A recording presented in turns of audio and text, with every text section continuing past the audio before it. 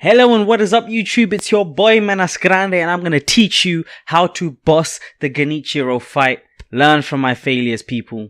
So in this video we're going to cover Deflects, how to provoke, how to know when he's about to make a move and how to counter that move. We're going to cover gap closing techniques, healing, and how to manage your posture well. If you can do all of these things, you'll destroy Genichiro no problem whatsoever.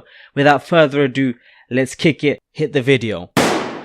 Deflects. So if you guys haven't got the hint by now, the game basically requires that you master the deflect ability. On the way up to the top of the watchtower before you encounter Genichiro, there's a bunch of pretty skilled fighters in the dojo. Use those guys up for the practice, don't do none of that sneak around nonsense, it will come back to bite you later. He has some pretty basic straightforward attacks and he has some ranged attacks, both of which can be deflected, along with his flurry attacks, those can also be deflected. So moral of the story, make sure you deflect, reduce all the damage you'll possibly take. However, you will need to learn how to manage your posture. That will come later. Provoke. These are the attacks that you want him to make, the animations that you want him to start, so that you can end them for him and then proceed to end him himself. The reason we want to provoke these specific attacks is because he leaves himself vulnerable at the end, and they only happen when you're all up in his grill. When you're all up in his business, that's when he decides to go and take you out using some of these unblockable attacks, but we know how to counter them. So you go for it, and you go for it again. The trouble is, now you need to know how to see these coming. Well, guess what? These are the tells he gives away whenever he's about to launch one of these sinister attacks. The tells. So in order to properly differentiate between this and this, I'm going to highlight a key detail that I managed to point out. Let's play that again and check this out. Did you see that? Gotcha! That right there will let you know exactly where, when, and how this attack is going to come at you. Check it out again. See? Right there. This time, instead from his left, sweep attack. Instantly. And now you know exactly how to avoid these attacks.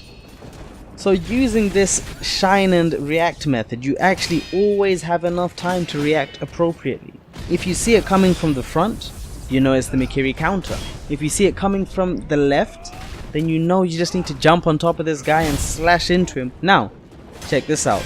It's a lot more feint this time, but you can still use it regardless of the stage in the Genichiro fight.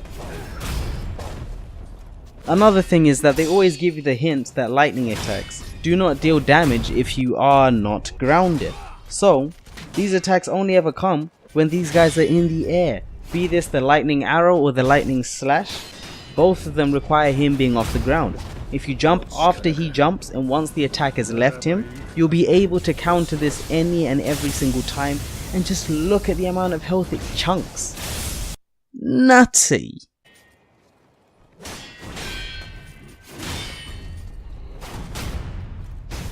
And when he does his little drive-by sword slash, don't forget he always follows up with this little quick shot from the bow.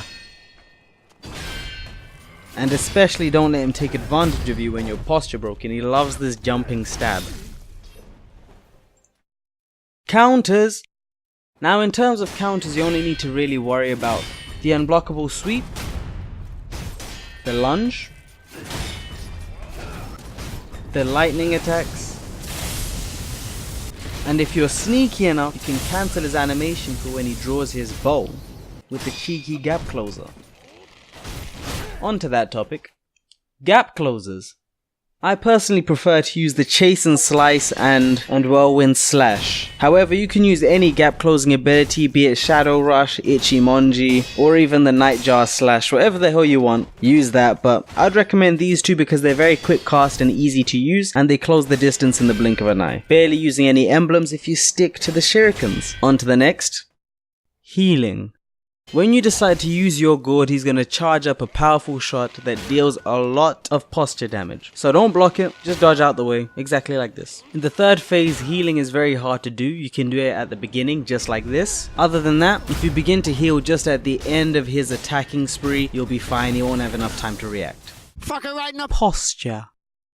As for the posture segment of this video, while it's extremely important to make sure that you destroy his posture, don't worry about this until his health is low enough to keep it at that level without him regenerating. So with that in mind, you should keep an eye on your own posture, make sure that he doesn't posture break you, or intentionally have it broken at the end of each of his attack sequences so that it resets it within a few seconds after you safety roll. This is a very simple tactic to implement.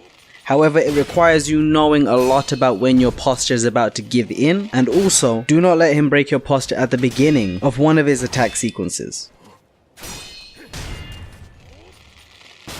With all that being said, you can take this advice to any boss battle as long as it relies on this deflect and attack strategy. The glint or the shine and react method appears in numerous boss battles, so I say why not use them to your advantage. Anyways, here's a clip of me finally beating Genichiro after a bazillion attempts. Hope you guys have more luck than I did. Thank you very much for watching. Have an amazing day.